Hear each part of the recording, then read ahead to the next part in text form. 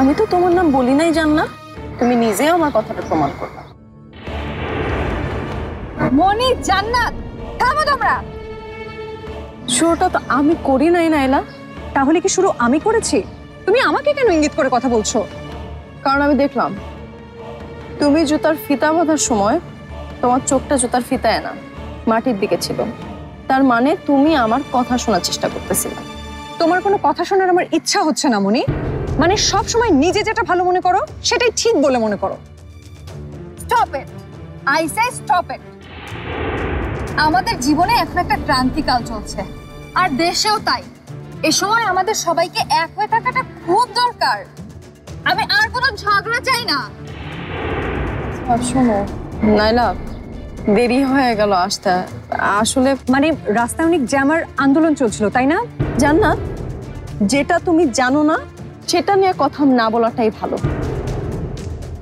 আমার শাশুড়ি অসুস্থ, হাসপাতালে আছে, তাই আসতে দেরি হয়েছে। জান্নাত, তুমি আবার ঝগড়া বাঁধানোর চেষ্টা করছো। আগ বাড়িয়ে কথা বলার কি দরকার? সরি আপু। মনি, অপারেশনের পরে তোমার শাশুড়ির কি অবস্থা এখন? ভালোই, আর আমরা কথাও বলছি, বাড়িতে নিয়ে যাব খুব শীঘ্রই। বাহ, এটা তো খুব ভালো খবর। তবে তোমাদের জন্য একটা খারাপ খবর আছে। কি হয়েছে? বলছি, দাঁড়াও, সবাইকে আগে ডেকে নি। Girls, come on, hurry up, hurry up. Fast.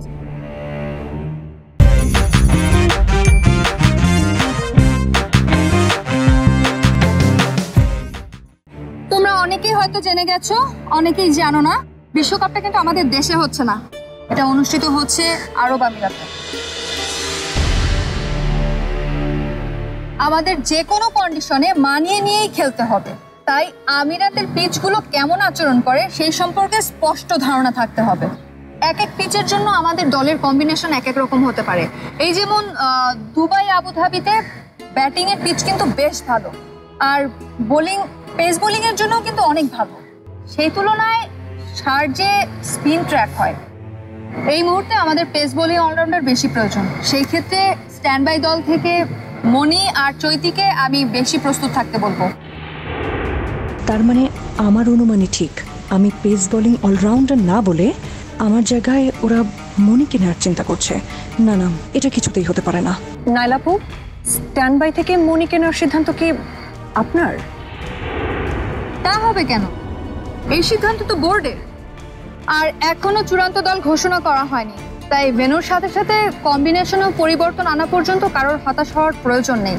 কারণ দিন শেষে তো আমরা সবাই দেশের জন্যই খেলবো, তাই না?